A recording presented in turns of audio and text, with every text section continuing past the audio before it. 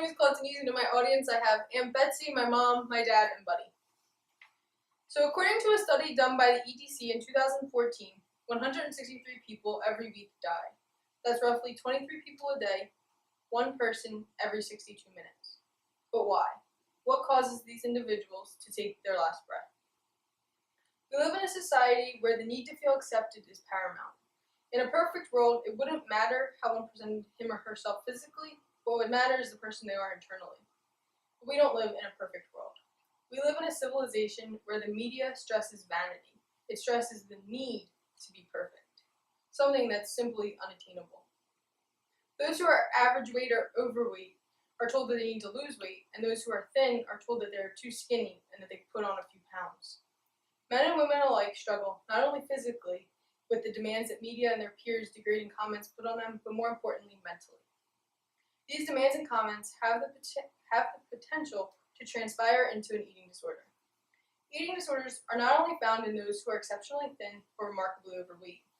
Those in society who are struggling, who fall under the exceptionally thin, are often struggling with anorexia nervosa, and individuals who are remarkably overweight are battling binge eating.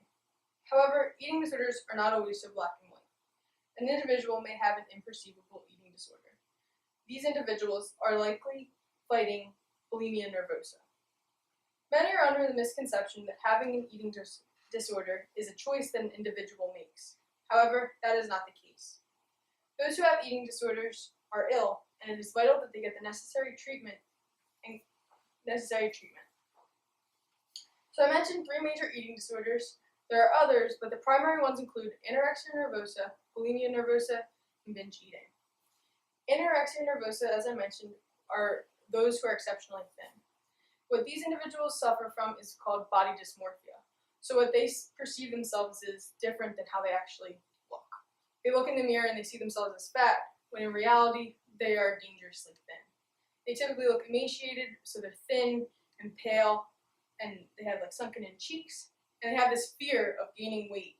So they restrict their diets, eat small quantities, and unfortunately, this is the mental disorder that has the highest mortality rate. Another eating disorder is bulimia nervosa, which, as I mentioned, was called an imperceivable eating disorder. This is because these individuals appear to be healthy, normal weight. The difference is they binge eat large quantities in a short amount of time, and then afterwards they cause themselves to vomit. Along with this, they also exercise excessively and use laxatives and enemas in order to lose everything they just ate. So they're obsessed with losing weight. The third eating disorder is binge eating. These are the individuals who are remarkably overweight. It's actually the most common eating disorder in the United States. These individuals have no control when it comes to eating. They continue to eat even after they're uncomfortably full, and then after that they have these feelings of guilt because they ate so much, and just causes them to eat more. So it's this vicious cycle that just continues and continues. So collectively, these 3 eating disorders have similar aspects that characterize them as an illness. There's a psychological, socio-cultural, and biological aspect, as well as other conditions that place one at a higher risk for developing an eating disorder. A lot of these individuals have what's called body image disturbance. So how they see themselves, as I mentioned before, isn't how they actually are. And they're perfectionists. And with the way that media stresses the need to be perfect, it just plays with their head, and again, just they continue it's not good enough, so they continue to the disorder worsens. Along with that, individuals, when a stressor occurs in their life, they have this thing, emotional regulations, that goes on in their brains.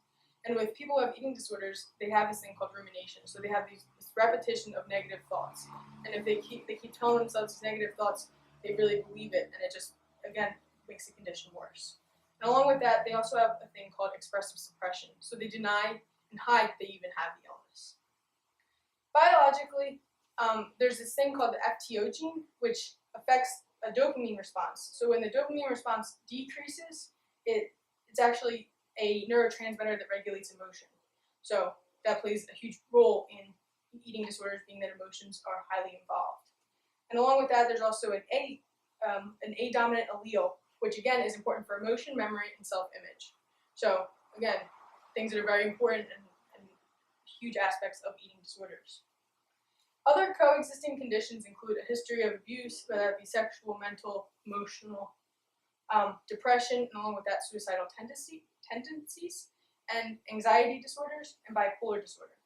And some of the treatments for these disorders, especially bipolar disorder, actually exacerbate eating disorders. So being that an eating disorder is an illness, it can be treated, and there are a number of different treatment options available, like psychotherapy, medications, and nutritional counseling.